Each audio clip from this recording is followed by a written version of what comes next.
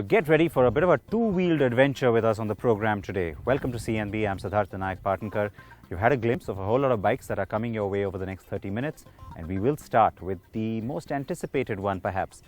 Now, we showed you a glimpse of it before the Auto Expo. That was just a little bit of a preview, and it is a whole new direction that Royal Enfield is heading into with the Himalayan.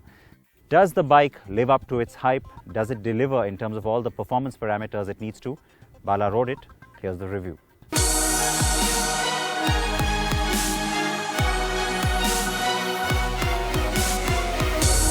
It's not been built to dominate the mountains, but to feel at home in its surroundings.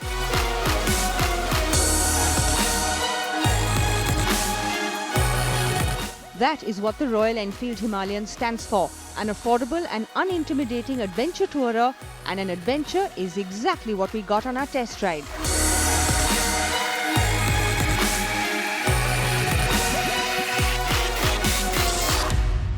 So the forecast was for rain, but we have a sunny start to proceedings. But the route ahead, it's about 140 kilometers that we will be riding out with the Himalayan. A mix of smooth tarmac, broken roads, as well as some dirt roads to really test out the off-road capabilities of this bike. So it should be a lot of fun.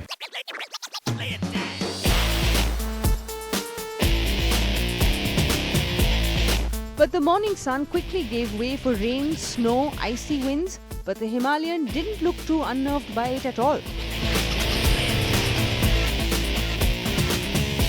Start the engine and the carbureted motor puts out a relatively strong exhaust note with the occasional thump.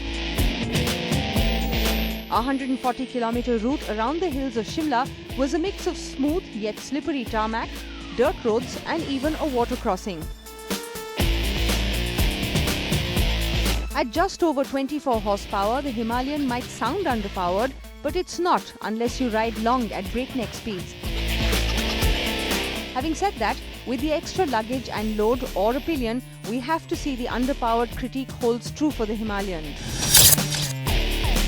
We didn't find the 5-speed gearbox particularly smooth, along with a heavy clutch feel on the Himalayan. Now we've ridden the Himalayan through slippery yet smooth tarmac, some dirt roads, some mountain roads and some off-road terrain. And what's really impressed is the all-new 411cc engine, especially with its low-end torque, plenty available, especially handy when you're going through the dirt roads and off-road terrain, lots and lots of available power. Also what's impressive is the overall refinement. Vibrations are very minimal, and Royal Enfield claims that the durability of the engine is much better, meaning longer service intervals.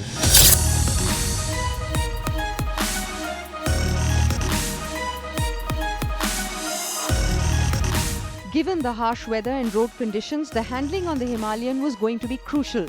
The new chassis allows for good balance and stability, and the 21-inch front and 17-inch rear tires added to the confidence both on and off-road.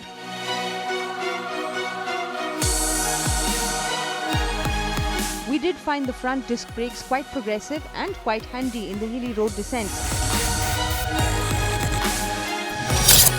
Also impressive is the telescopic front and rear monoshock, tackling the dirt and off-road terrain with ease, enjoying itself really.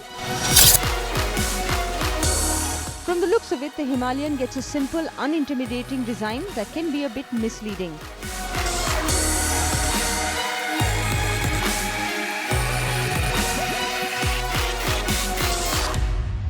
Now it's a fairly simplistic yet rugged design that the Himalayan gets. The overall styling is fairly understated from the looks of it. Doesn't look very bold or aggressive, but once you sit on it, the overall feel is nice. It's got an overall nice feel to it, including the switchgear.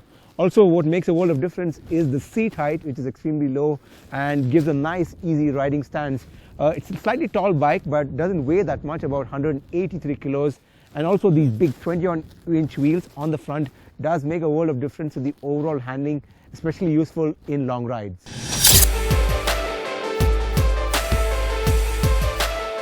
Adding to the ruggedness is how good the grips and the switchgear feel, along with an easy-to-read instrument cluster that even includes a compass. We found the front windscreen quite effective in our ride through the heavy winds and rains, and the thigh grips on the uniquely designed fuel tank aided the comfort. We do wish the large front headlamps got a DRL like the circular one on the Thunderbird, although the tail lamps do get LED treatment. The Himalayan is targeted at 100cc and 150cc bikers who want an affordable tourer without burning a hole in their pocket, which explains why Royal Enfield has managed to price the Himalayan at an attractive 1.55 lakh rupees ex-showroom Delhi. But the bike will not be on sale in Delhi, as a recent National Green Tribunal order doesn't allow BS3 engines like the one on the Himalayan to ply in the city from the 1st of April.